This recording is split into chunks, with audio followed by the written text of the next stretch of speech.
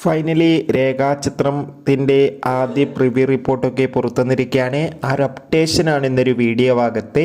വീഡിയോയിൽ മുൻപ് video like ചെയ്യുക, ചാനൽ സബ്സ്ക്രൈബ് ചെയ്യാൻ വേണ്ടി ശ്രമിക്കുക.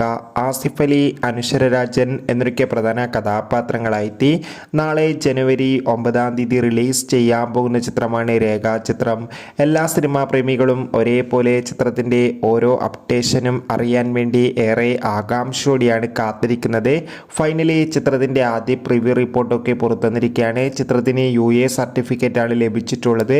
ചിത്രത്തിൻ്റെ പ്രിവ്യൂ റിപ്പോർട്ടിൽ സൂചിപ്പിക്കുന്നത് 2025 ആദ്യ ബ്ലോക്ക് ബസ്റ്റർ ചിത്രമായിട്ട് രേഖാചിത്രം മാറുമെന്നും ചിത്രത്തിൽ ആസിഫ് അലിയുടെ അതിഗംഭീരമായ പെർഫോമൻസ് തന്നെ കാണാൻ വേണ്ടി സാധിക്കുന്നുണ്ടെന്നും.